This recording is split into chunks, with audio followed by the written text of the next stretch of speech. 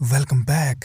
Jujutsu Kaisen season 3 मांगा explanation episode number 6। पांडा और Megumi ने अंदर जाने का प्लान बना लिया था कि वो अंदर जाकर गार्ड्स को हरा देंगे। इसलिए वो अंदर जाते हैं और मेगुमी अपनी शैडो टेक्निक का इस्तेमाल करके एक आदमी की शैडो में छुप जाता है और वो मौका देखते ही उसको पीछे से पकड़ लेता है और उसके हाथ पैर बांधकर उसे ठिकाने लगा देता है।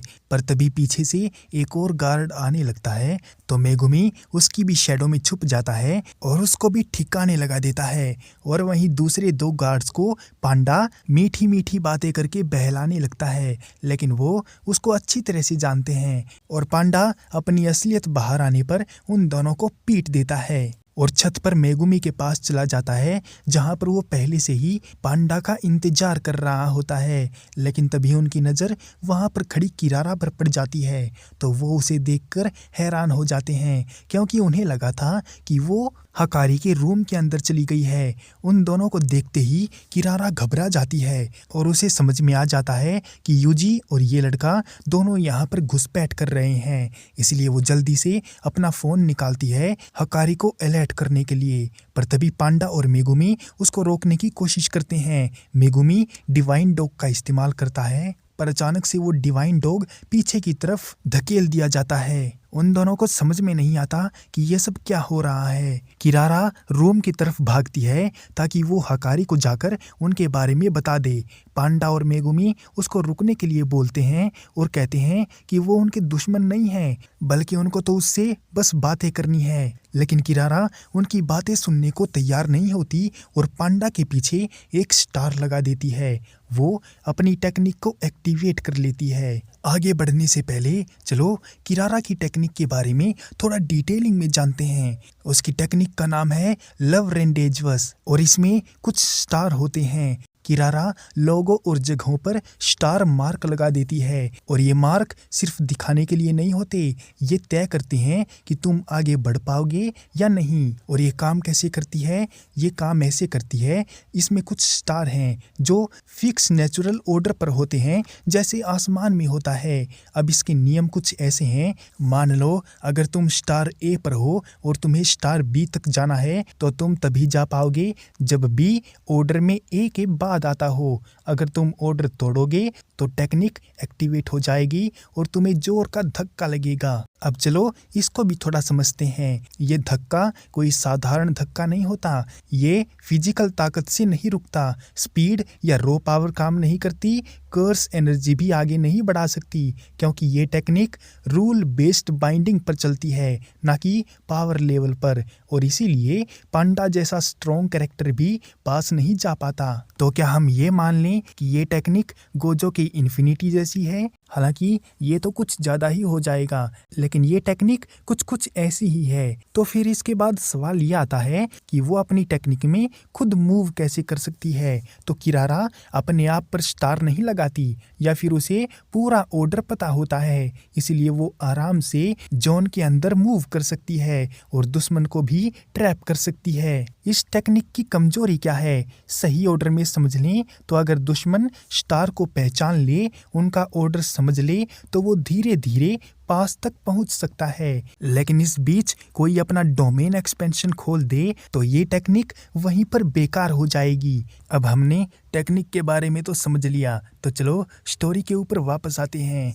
और वहीं रूम के अंदर हकारी को पता चल जाता है कि यूजी एक जुजुत्सु जादूगर है, इसलिए वो उस पर हमला बोल देता है। यूजी उसको समझाने की भी कोशिश करता है, लेकिन हकारी उसकी एक भी बात नहीं मानता। और वहीं छत के ऊपर मेगुमी और पांडा उसको अभी भी समझाने की कोशिश कर रहे हैं, लेकिन वो बेवकूफ लड़की उनकी बात नहीं सुनती और कहती है कि वो लोग अब यहाँ पर क्या करने आए हैं, वो जाकर अपने सातोरु गोजो से मदद क्यों नहीं मांगते। इस बात पर मेगुमी उसको बताता है कि गोजो सेंसेई को सील कर दिया गया है, इसीलिए ही वो लोग उनके पास मदद मांगने आए हैं। ये सुनकर किरारा को बिल्कुल भी यकीन नहीं होता और जब उन दोनों को इस बात का पता चलता है तो मेगुमी अपनी 10 शैडो टेक्निक को एक्टिवेट करता है और रैबिट एस्केप को को एक्टिवेट कर देता है तो वहाँ पर बहुत सारे खरगोश आ जाते हैं। उनको देखकर किरारा काफ़ी ज़्यादा हैरान होती है, लेकिन वो उन सभी खरगोश पर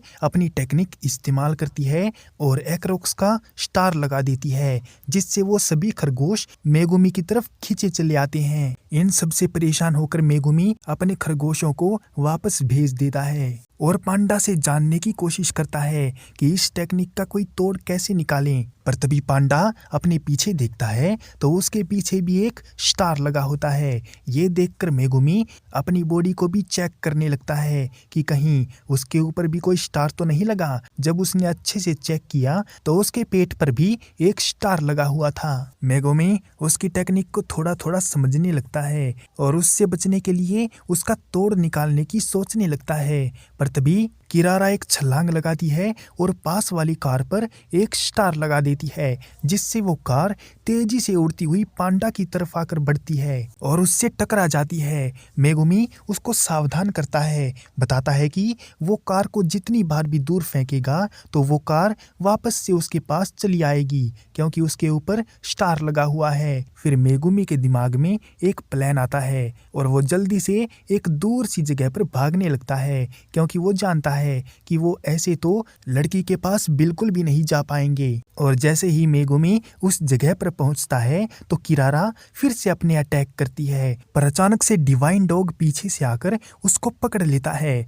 किरारा को हैरानी होती है कि उसने उसको पकड़ कैसे लिया। तभी मेगुमी अपना प्लान रिवील करता है कि वो दूर इसीलिए भागा था क्योंकि डिवाइन डॉग पर उसने स्टार लगाया था और मेगुमी के पेट पर भी स्टार लगा हुआ था। और जैसे ही डिवाइन डॉग किरारा की तरफ बढ़ने की कोशिश करेगा तो वो मेगुमी की ओर वापस से खींचा चला आएगा और इसी बात का फायदा मेगुमी उठाता है और किरारा को बीच में लेकर डिवाइन डॉग को पीछे से छोड़ देता है। तो उसके दिमाग ने इस टेक्निक को सरपास कर दिया और इसका तोड़ निकाल लिया। इसी वजह से मेगुमी उस लड़की को पकड़ पाया। उसके मास्टरमाइंड प्लान से किरारा हैरान होती है, लेकिन अभी उसे फाइट करनी है और वो जल्दी से अपने आप को छुड़ाने का प्लान बनाने लगती है।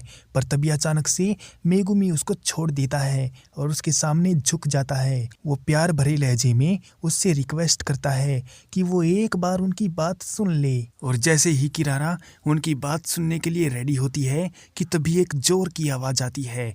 वहाँ का दरवाजा टूट जाता है और यूजी बाहर निकलकर गिर पड़ता है, क्योंकि हकारी ने उसे उठाकर बाहर फेंक दिया था। यूजी उन सबको इस फाइट से दूर रहने को कहता है और ये सुनकर हकारी की सटक जाती है, क्योंकि उसे लगता है कि यूजी उसकी शक्तियों को कम हाँक रहा है। तो वो जल्दी से यूजी के मुंह पर एक तगड़ा सा पंच दे मारता है, जिससे यूजी काफी ज्यादा दूर जाकर गिरता है। लेकिन जमीन पर गिरने से पहले ही वो उठ खड़ा होता है और उसे रियलाइज होता है कि हकारी का एक एक पंच बहुत ही ज़्यादा स्ट्रॉन्ग है। किरारा उसको समझाने की कोशिश भी करती है कि वो लड़के यहाँ पर बस मदद मांगने के लिए आए हैं, लेकिन हकारी को इन सब बातों से ज़्यादा कुछ फर्क नहीं पड़ता और वो फिर से यूजी को पीटने लगता है। लेकिन अपना यूजी भी नीचे नहीं गिरता और वो हर बार उसके अटैक को सहन करके वापस से उठ खड़ा होता है। उसके सहने की शक्ति को देखकर हकारी काफ़ी ज़्यादा हैरान हो जाता है और वो फिर से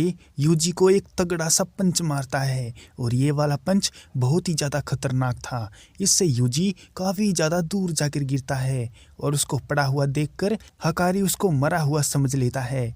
लेकिन उसकी हैरानी का ठिकाना तब नहीं रहता जब यूजी अचानक से उसके पीछे आकर खड़ा हो जाता है। उसे लगता है कि इस लड़के में कुछ ना कुछ बात जरूर है, इसलिए वो उनकी बात सुनने के लिए तैयार हो जाता है और उन सभी को भी खुशी होती है कि हकारी उनकी बात सुनने के लिए मान गया है। लेकिन इसके लिए हकारी उनसे एक डील करने की बात कहता है।